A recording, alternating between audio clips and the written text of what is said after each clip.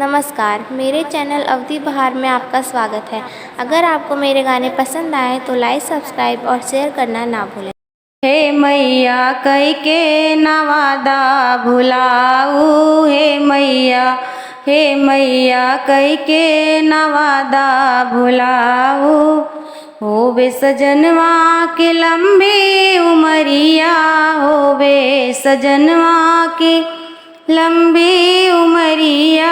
हे मैया सेंदुरा अमर किए जाऊ, हे मैया सेंदुरा अमर किए जाऊ। हे मैया कई के नवादा भुलाऊ, हे मैया कई के नवादा भुलाऊ।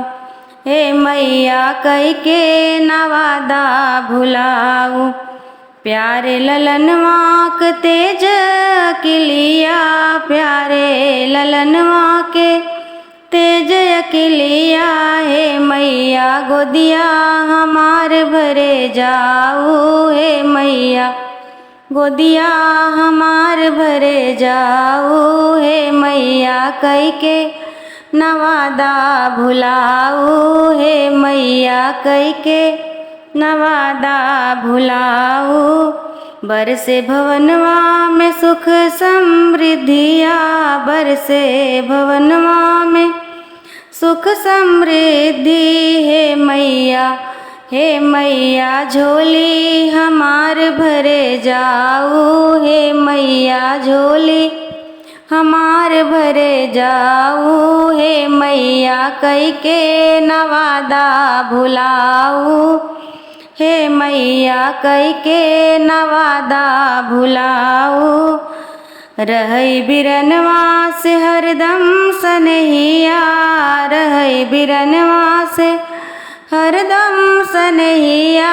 हे मैया हमके भतीज दिए जाऊ, हे मैया हमके भतीज दिए जाऊ। हे मैया कई के नवादा भुलाऊ, हे मैया कई के नवादा भुलाऊ।